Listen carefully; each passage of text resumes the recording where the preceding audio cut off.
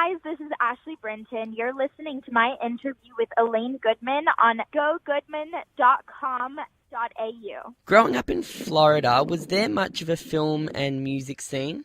I'm guessing you grew up toward maybe the very start of the 2000s. So what was going on then in Florida? So I would say specifically in Florida, not much of a music scene was going on, but just like any town, there was theater and acting and singing and kind of just like in any town, musical, school, stuff like that. So I think that my kind of passion sprung from just being able to be around music and having music as my outlet and listening to it, even though the actual music scene in Florida specifically wasn't big. Right. So who were you growing up listening to? I was growing up listening to a lot of Taylor Swift, Katy Perry. I would say that those were my two main people who I was listening to growing up. Also Jennifer Lopez, and of course anything pop. I love pop. And how old were you when you started singing, like getting into singing and actually doing it consciously with the aim to get into the music industry? Well, I mean, I kind of started around my town when I was about 7, and then when it just kind of evolved and evolved and evolved, and I always had the intent of that I want to do this forever because it's my passion. And it was kind of a point when I was about 13, I was just like, how am I going to make this sustainable? How am I going to have this as my career for the rest of my life? And I just begged and begged and begged my mom to be able to do a music video and a song, and she finally said yes after like a solid year of begging, and that's kind of how it happened. And now you're based in LA. How long have you been living in LA for? Well, I've been traveling back and forth ever since I was about 13, but I just moved out here about 8 months ago. Which brings me to the question, why LA instead of New York, which would be a lot closer to Florida? Right. So New York, I would say I spent a lot of time there recording there, but Los Angeles is just kind of, the center of everything music, everything entertainment. So it was the perfect place for me to be. Is New York a good place when it comes to, I guess it's probably better for musical theatre rather than actual, musician music, correct? Mm-hmm. Yeah, well, I would say that it depends on the person. It depends where their team is located. It depends on everything like that. It just really depends on an individual. I wouldn't say that one place is better than the other for entertainment. I think that they're both awesome. But I think that moving to someplace, it wasn't a question of what's closer to home. It was a question of what's better for me. And I think that's what really influenced me to move to LA. I read that you try to make your music upbeat, fun and relatable. Do those three things still correlate when you throw in human emotion and life experiences? Well, I would say that fun and upbeat, I always want to make my music fun, even if it's a depressing song or something that's hard to go into. I think that all music should be fun listening to it. And it's different depending on, what inspires you at the moment. So I wouldn't just say I categorize myself into those things, and I wouldn't say I just stop evolving there. I always want to keep on evolving and making my music interesting, but I love my songs that are fun, upbeat, and relatable, but I also love my songs that are deep and emotional also. So it's just how I'm feeling at the moment, and I wouldn't say I pin myself into those three adjectives. Right, so if it's a depressing song, I mean, the thing that I find hard is that when I've interviewed young musicians that they can make their music so emotional when they're only maybe 14, 15, you're 16, I think. When you're so young, you still have the ability to make your songs emotional. Is that something you've Right. always had? Yeah, I mean, I would say everybody goes through hard times. It just doesn't matter what point in their life they're going through. I think that some people just evolve differently, and, I just want to make music that makes me happy and that will make my fans happy and not feel alone, because I know that growing up and, having the struggles of friends, not having friends, being in love and falling out of love, it really affects you. And sometimes you feel lonely, but sometimes you feel surrounded. And I just want to make music that inspires and you can listen to it and not feel alone. The most popular songs, whether you write them or whether you listen to other musicians your age, are those more popular songs? Are they more about sadness? Do you find? I wouldn't say I pinhole pop into being sad or happy, because all pop music is very different and inspired by very, very differently. Like, every single artist is very different, whether it's pop or not pop. But I would say that pop as a whole genre expands into fun, sad, happy, mad, angry. It's just all different, and I think it just depends on the artist. And I would say at this point in time, I think it's a real melting pot. Some songs are sad, some songs are happy. It just depends on the artist and the music that they're writing at the moment. Now, you've been working with producer Corey Rooney, who has worked with Michael Jackson, Jennifer Lopez, Beyonce, Mariah Carey, and a whole heap of others. Has he told you any stories? As an interviewer, I'm a big fan of good stories, so have you heard any stories? There's definitely lots of fun stories in the studio that we all like to share with each other, but you'd have to be there, because I couldn't relay them on to somebody because I'm not that good of a storyteller. Ah, but have you? So who has been the most? Who has been the artist that you're most interested in that Corey's worked with, that you've asked the most questions about? I would say when we're in the studio, I don't ask questions about the previous artists that he's worked with. I think that we're more so collaborating on my music and focusing on, evolving that to be what we both envision it. We don't like to. There's definitely lots of fun stories about the past, but I wouldn't say that we're dwelling on those. We're kind of looking forward into the future and what we can do and what we can create in the future. Yeah, no, that's fair enough. I think I'd be completely different. I'd want to know how did this person do this? Are we going to do this like that person, and so on and so forth. Right. In your eyes, who's at the top of pop these days? In my eyes, who's at the top of pop? Well, in my specific vision, I would say that Dua Lipa is just killing it right now. She is so on fire. I love her music. I love her style. She's just awesome. Who was that? Sorry. And I would Dua Lipa. Okay. And I would say Taylor Swift right now, because of her new album Reputation. She is just killing it, and she always kills it, and I just love her so much. An interesting term that I saw when I got your press kit and when I got your information was the term modern day pop star. What's the definition of the modern day pop star?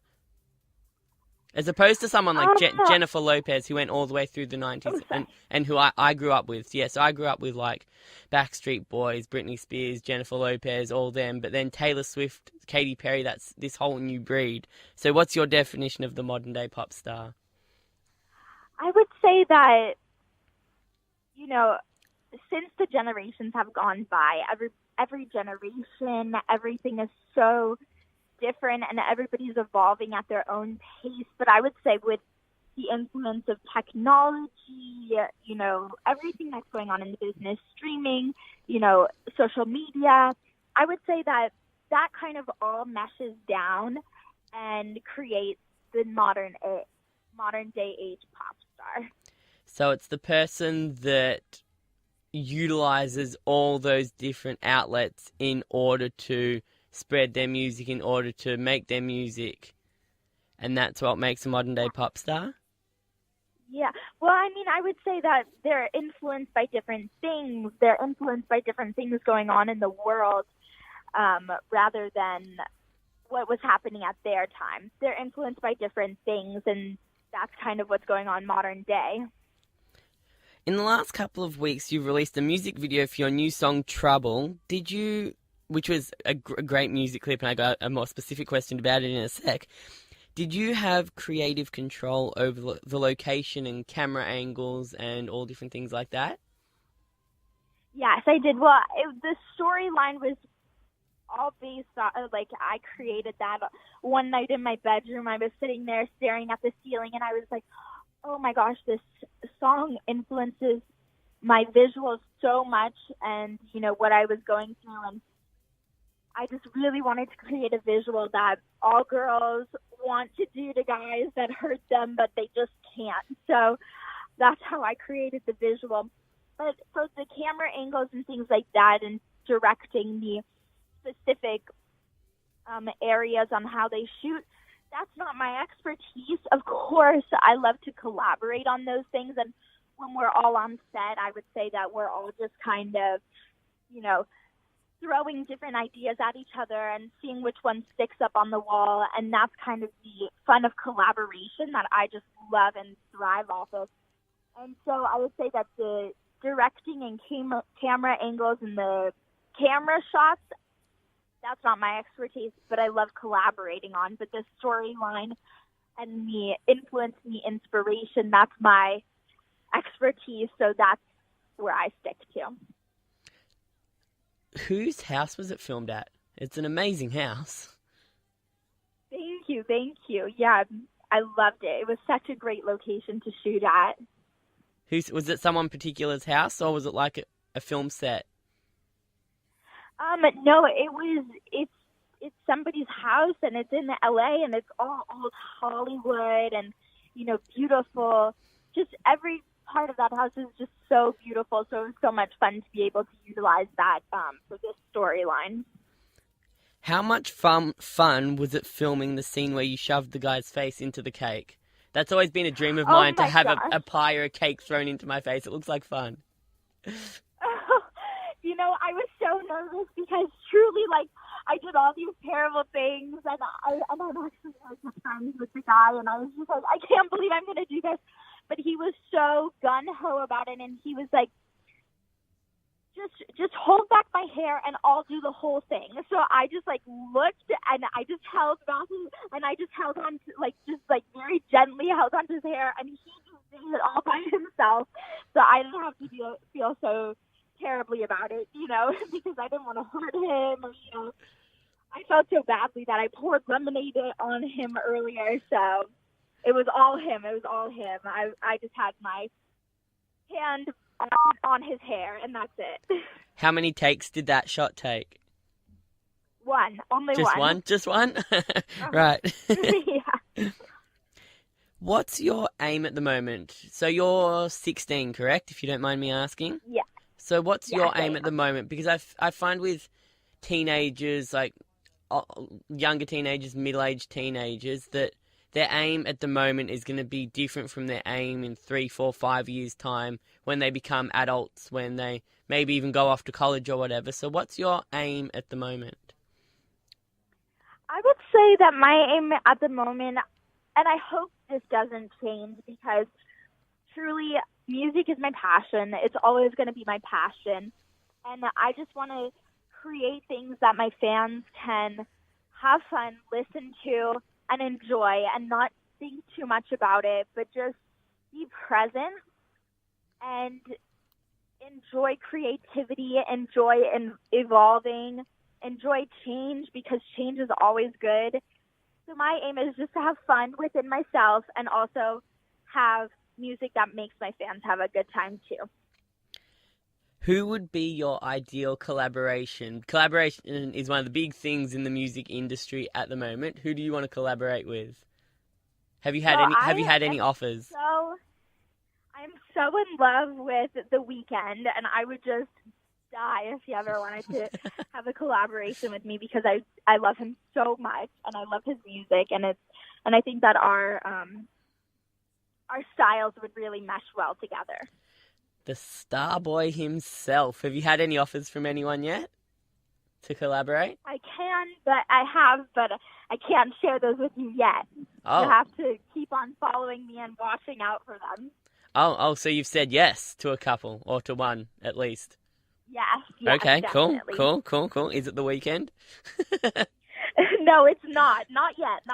Got to work up to him. You got to get through every day of the week first. Now, that was really corny. Are you still in school, or do you get kind of homeschooled? Or if you're still in school, what's the most common question your friends ask you about the industry? I would say that my friends don't specifically ask me about the industry just because I've been doing it for so long, and it's like if I ask my friend about soccer, which I do not do, I just go out there and support them just like they come out and support me because I don't really know anything about what they're doing, and they don't really know anything about what I'm doing. We just go out and support each other and not necessarily dig into the details about it. But yeah, no, I definitely keep up with my schoolwork. Schoolwork is really important to me. School is really important to me, and education also. So I'm definitely balancing the two. I've learned a good balance ever since I was younger. So I think it really helps to, allot time for each individual aspect of your life. And to learn that at a young age is really helpful and good, and it will carry you forward when you get older. Do you think you'll go study music in college? Yes, probably. Most likely, yes.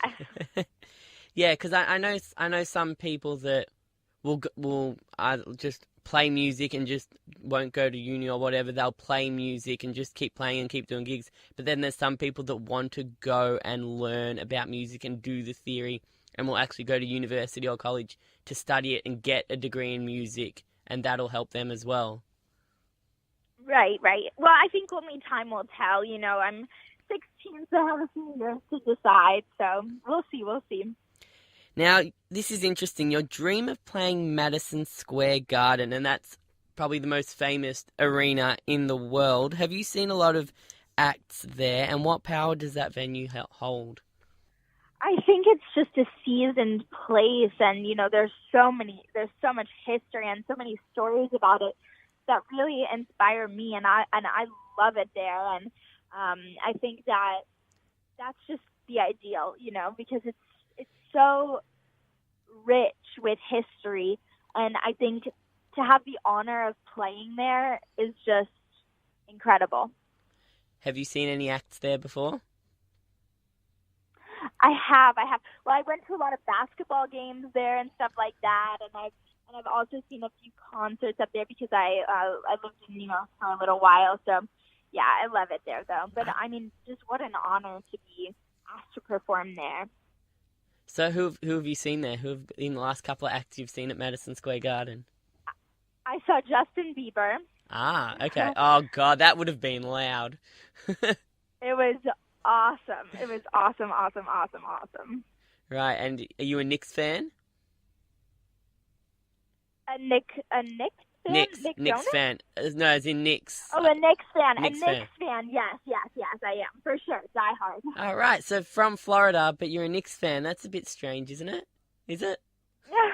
No, also a Heat fan too. Right. Do you get to go to many basketball games in LA? It depends. I try and get out there, but I'm just so busy sometimes.